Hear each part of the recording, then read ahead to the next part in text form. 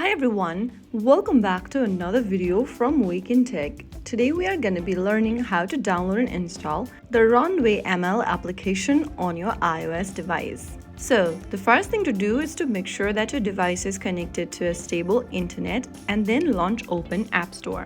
In the search bar, type in Runway ML and search. Look for this application from Runway ML and tap on the Get button or the cloud icon to download the app.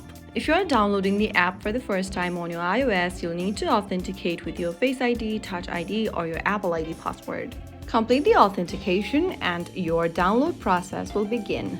Make sure you have a stable internet connection for the download process to complete quickly. Once it's done, tap on Open, and there you have successfully downloaded and installed the Runway ML application on your iOS device.